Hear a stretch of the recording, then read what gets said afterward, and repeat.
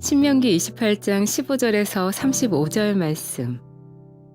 내가 만일 내 하나님 여호와의 말씀을 순종하지 아니하여 내가 오늘 내게 명령하는 그의 모든 명령과 규례를 지켜 행하지 아니하면 이 모든 저주가 내게 임하며 내게 이를 것이니 내가 성읍에서도 저주를 받으며 들에서도 저주를 받을 것이요 또 내 광주리와 떡반죽 그릇이 저주를 받을 것이요 내 몸의 소생과 내 토지의 소산과 내 소와 양의 새끼가 저주를 받을 것이며 내가 들어와도 저주를 받고 나가도 저주를 받으리라. 내가 악을 행하여 그를 잊음으로 내 손으로 하는 모든 일에 여호와께서 저주와 혼란과 책망을 내리사 망하며 속히 파멸하게 하실 것이며 여호와께서 내 몸에 연병이 들게 하사 내가 들어가 차지할 땅에서 마침내 너를 멸하실 것이며 여호와께서 폐병과 열병과 염증과 학질과 한재와 풍재와 썩는 재앙으로 너를 치시리니 이 재앙들이 너를 따라서 너를 진멸하게 할 것이라. 내 머리 위에 하늘은 노시 되고 내 아래의 땅은 철이 될 것이며 여호와께서 비 대신에 티끌과 모래를 내 땅에 내리시리니 그것들이 하늘에서 내 위에 내려 마침내 너를 멸하리라. 여호와께서 내 적군 앞에서 너를 패하게 하시리니 내가 그들을 치러 한 길로 나가서 그들 앞에서 7길로 도망할 것이며 내가 또 땅의 모든 나라 중에 흩어지고 내 시체가 공중의 모든 새와 땅의 짐승들의 밥이 될 것이나 그것들을 쫓아줄 자가 없을 것이며 여호와께서 애굽의 종기와 치질과 괴혈병과 피부병으로 너를 치시리니 내가 치유받지 못할 것이며 여호와께서 또 너를 미치는 것과 눈머는 것과 정신병으로 치시리니 맹인이 어두운 데에서 더듬는 것과 같이 내가 백주에도 더듬고 내 길이 형통하지 못하여 항상 압제와 노략을 당할 뿐이리니 너를 구원할 자가 없을 것이며 내가 여자와 약혼하였으나 다른 사람이 그 여자와 같이 동침할 것이요 집을 건축하였으나 거기에 거주하지 못할 것이요 포도원을 심었으나 내가 그 열매를 따지 못할 것이며 내 소를 내 목전에서 잡았으나 내가 먹지 못할 것이며 내 나귀를 내 목전에서 빼앗겨도 도로 찾지 못할 것이며 내 양을 원수에게 빼앗길 것이나 너를 도와줄 자가 없을 것이며 내 자녀를 다른 민족에게 빼앗기고 종일 생각하고 찾음으로 눈이 피곤하여 지나 내 손에 힘이 없을 것이며 내 토지 소산과 내 수고로 얻은 것을 내가 알지 못하는 민족이 먹겠고 너는 항상 압제와 학대를 받을 뿐이리니 이러므로 내 눈에 보이는 일로 말미암아 내가 미치리라. 여호와께서 내 무릎과 다리를 쳐서 고치지 못할 심한 종기를 생기게 하여 발바닥에서부터 정수리까지 이르게 하시리라. 샬롬. 오늘도 하나님의 말씀으로 하루를 시작하신 여러분들에게 하나님의 은혜와 평강이 충만하게 넘치시기를 간절히 축복합니다. 2025년 9월 17일 수요일 신명기 28장에서 15절에서 35절 말씀을 가지고 경고는 강력한 사랑의 메시지입니다 라는 제목으로 함께 말씀 나누도록 하겠습니다. 이 아침에 우리는 엄중한 하나님의 말씀을 듣고 있습니다. 어제까지 우리가 묵상한 축복의 말씀과는 너무나도 대조적인 이 불순종의 결과에 대해서 참 준엄한 경고가 담겨 있죠. 본문 말씀을 읽는 것만으로도 우리의 마음이 무거워지고 하나님의 진노와 심판이 얼마나 두려운지, 이 정도로 저주로만 가득한 말씀이 있을까라는 생각이 들 정도로 그런 말씀이에요.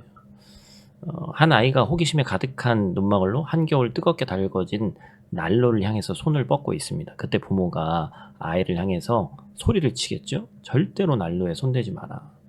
만일 손대면 크게 화상을 입을 거야. 이 경고는 부모의 잔인함이 아니죠. 오히려 아이를 향한 사랑과 돌봄이 너무 크기 때문에 자녀가 큰 고통에 빠지는 것을 두고 볼 부모는 없습니다. 부모의 궁극적인 목적은 아이를 고통에 빠지도록 두는 것이 아니죠. 도리어 고통으로부터 아이를 보호하고 지키려는 것입니다. 그렇기 때문에 경고가 곧 사랑의 메시지가 되는 것이죠. 오늘 본문에 담긴 이 저주의 말씀들도 마찬가지로 우리가 이해해야 됩니다. 하나님께서 하나님의 백성들이 죄악으로 달려가서 파멸에 이르는 것을 당연히 원치 않으시죠.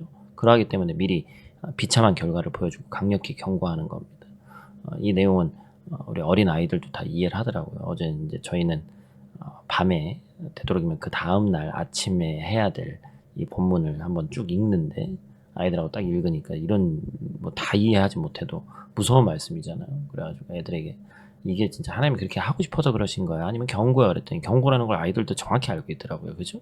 결국에는 하나님께서 돌아오라는 간절한 사랑의 초청인 것이죠.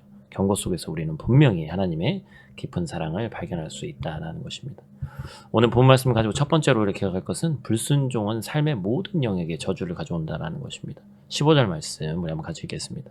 내가 만일 내 하나님 여호와의 말씀을 순종하지 아니하여 내가 오늘 내게 명령하는 그의 모든 명령과 규례를 지켜 행하지 아니하면 이 모든 저주가 내게 임하며 내게 이를 것이니.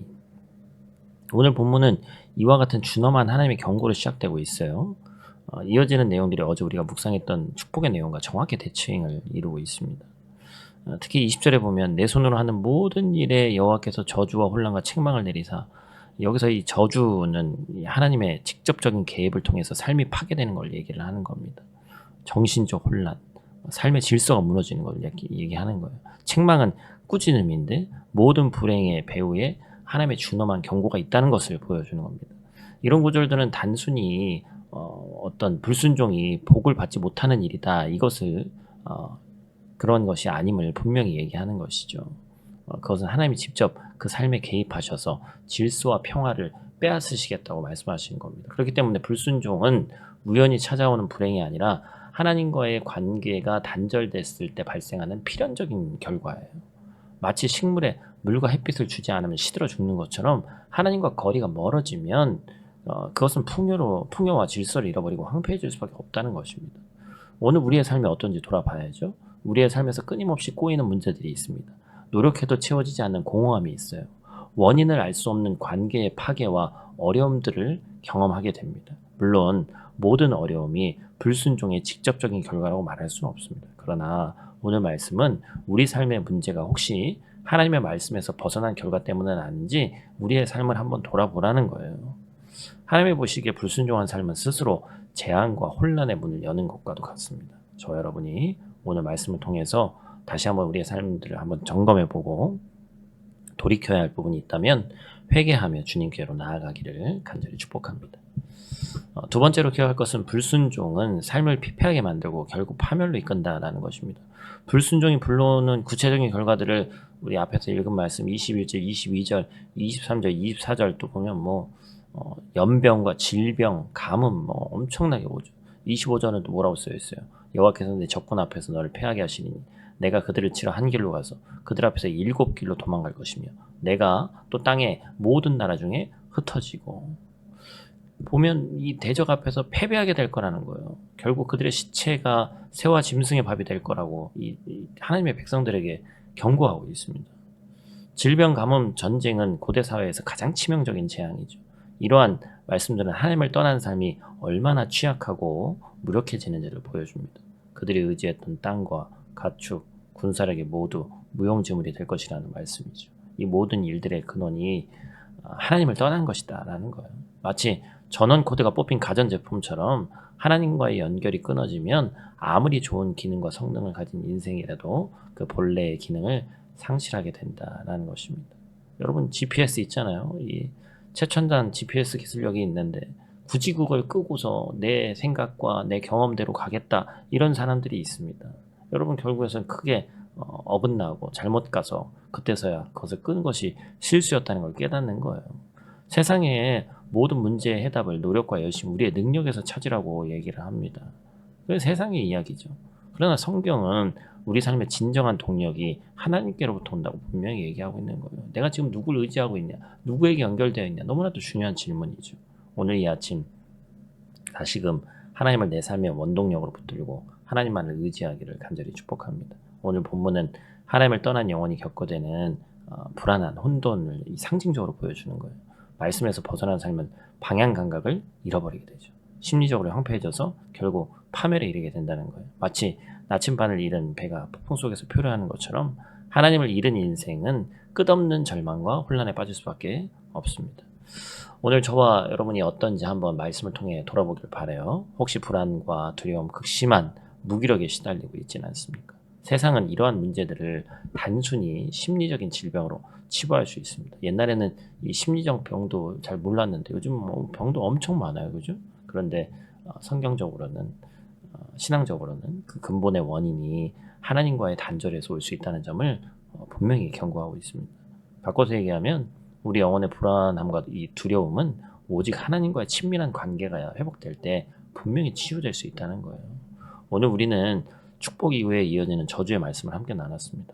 우리가 들은 저주의 말씀은 우리를 좌절시키거나 파멸시키라는 것이 아니라 도리어 우리를 살리려는 하나님의 간절한 절규와 같은 외침입니다.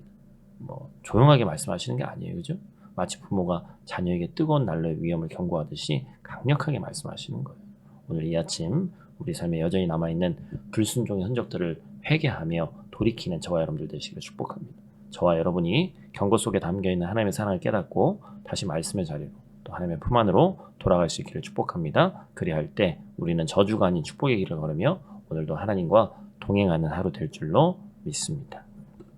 오늘 본문 말씀 근거로 해서 여러 가지 실천 사항은 여러분들이 뭐 더 잘 구체적인 거 꼭 쓰여져 있는 걸 해야 되는 건 아니에요. 그러나 제가 묵상하면서 느껴지는 것은 오늘 하루 일이 풀리지 않거나 막힐 때 다른 날도 마찬가지지만 왜 이렇게 꼬이냐, 왜 이렇게 재수가 없냐, 뭐 이런 얘기 하지 마시고 오히려 뭔가 한 번 또 묵상해보고 이게 아닌가? 라는 또 생각을 한번 돌이켜보고 한번 찬찬히 그리고 디테일하게 잠시 멈춰서 그것들을 하나님의 눈으로 한번 신앙의 눈으로 돌아보는 여러분들 되시기 바랍니다. 그래서 도리어 감사와 순종이 넘치는 오늘 하루 되시기를 간절히 축복합니다.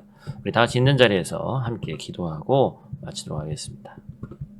사랑과 은혜가 풍성하신 아버지 하나님, 오늘도 우리에게 새날 주시고 말씀으로 깨우쳐 주시니 감사를 드립니다. 오늘 본문 말씀이 우리를 향한 강력한 경고의 말씀임을 보게 됩니다. 불순종의 길이 얼마나 두렵고 파괴적인지를 보게 됩니다. 그러나 그 경고 속에 담긴 것이 심판의 두려움이 아니라 우리를 살리시려는 아버지 하나님의 사랑이심을 깨닫게 하시니 감사를 드립니다. 오늘 하루 우리의 생각과 말과 행동이 말씀에 뿌리내리게 하시고 삶의 모든 영역에서 하나님만 의지하게 도와주시옵소서. 우리의 자녀들 다음 세대에게도 경고 속에 담긴 하나님의 사랑을 전하게 하셔서 믿음으로 말씀에 순종하는 세대로 우리가 잘 키워낼 수 있도록 도와주시옵소서. 오늘도 우리의 일터와 가정, 학업, 또 사업의 이 자리마다 주님이 동행하여 주시고 우리 삶의 또한 이 방향타가 되시는 하나님께 온전히 붙어서 살게 하여 주시옵소서. 이 모든 말씀 경고 속에서도 우리를 끝까지 사랑하시는 예수님 귀하신 이름으로 기도드립니다. 아멘.